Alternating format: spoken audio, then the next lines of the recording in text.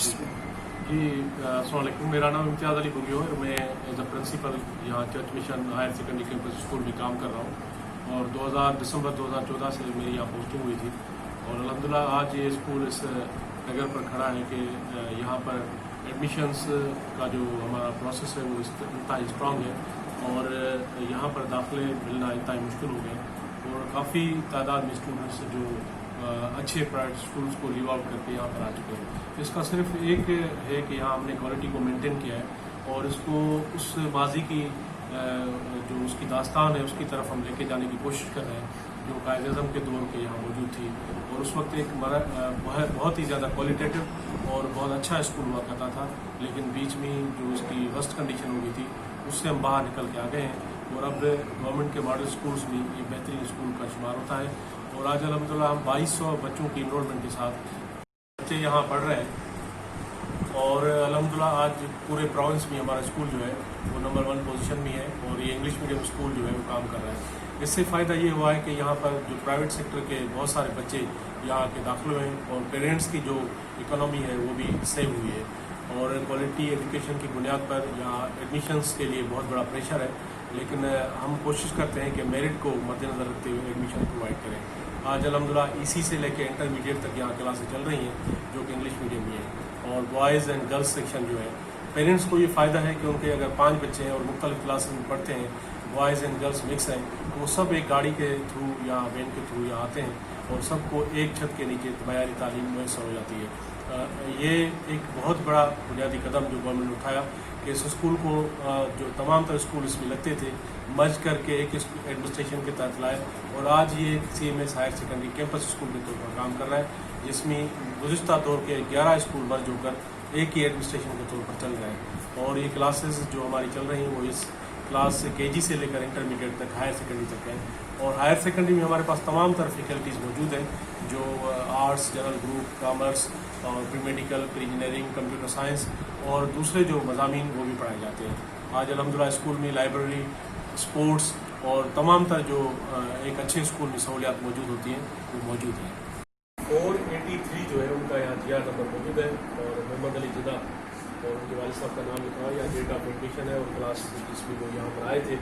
وہ کلاس 6 میں یہاں ایڈمٹ ہوئے تھے اور جو ان کا ایڈمیشن کا سال ہے وہ 1892 ہے۔ تو یہ GR کی جو عکس ہے وہ ہم نے لگائی ہوئی ہے۔ اصل GR تو ہمارا آرکائز ڈپارٹمنٹ جو ہمارا آثار قدیمہ کا ہے وہاں موجود ہے گورنمنٹ آف سندھ کا۔ تو 483 جو ہے جو ہمارے قائد صاحب کا وہ GR نمبر ہے وہ یہاں پر ہے ہمارے پاس اور اوپر ہمارے اسکول کا نام بھی لکھا ہوا ہے چرچ مشن اسکول، جس سے ثابت ہو رہا ہے کہ یہ اس اسکول کا GR نمبر ہے اور ان کے دور کے جو پرنسپل تھے ان کا بھی نام لکھا ہوا ہے، پرنسپل ولیم جے ایبیگیل صاحب جو ہے وہ پرنسپل تھے ان کے دور کا ان کی پرنسپل۔ سر تھوڑا سا یہ کیا نام بتایا آپ نے؟ پرنسپل جو اس وقت کے تھے ولیم جے ایبیگیل، ان کا بھی نام GR پر درج ہے اور اسکول کا نام بھی درج ہے church mission school. Quaid Azam صاحب کے جو پرنسپل تھے اس وقت کے وہ ولیم جے ایبیگیل صاحب تھے جو یہاں پر یہ عکس کیا ہوا ہے اس سے GR نمبر پر اور یہ رجسٹر پہلے جو ہمارے پاس رجسٹرڈ ہوتے تھے اس پر اسکول کا نام درج ہوتا تھا اور ساتھ ساتھ ٹینیور جو پرنسپلس ہوتے تھے وہ تو اس پرنسپل کے یہ کون سا جی بلاک ہے؟ یہ ولیم جے ایبیگیل بلاک صاحب ہے جو اس وقت کے پرنسپل تھے قائد اعظم صاحب کے، ان کے نام سے منسوب، بلکہ مجھے یہ تاریخ سے پتہ چلا ہے کہ یہ بلاک بھی انہوں نے ہی تعمیر کروایا تھا ولیم جے ایبیگیل صاحب نے اپنے پیسوں سے خود ہی۔ تو یہاں پر قائد اعظم صاحب نے 1892 میں جو ہے وہ کلاس 6 میں ایڈمیشن حاصل کیا۔ وہ بلاک جو آج رینوویٹ ہو کے اپنی اصل صورت میں جو ہے وہ موجود ہے اور ہم بھرپور کوشش کر رہے ہیں کہ اس کو اپنے ماضی میں لوٹا دیں۔ ایبیگیل صاحب ہیں جنہوں نے اس وقت کے پرنسپل 1889 سے لے کر 1907 تک جو ہے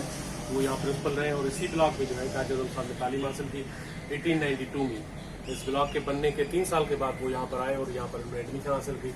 اور ہم یہ کوشش کر رہے ہیں کہ اس اسکول کو اپنا جو ایک لے آنے کی کوشش کر رہے ہیں اور آج الحمدللہ ہم کسی حد تک اس میں کامیاب ہو چکے ہیں۔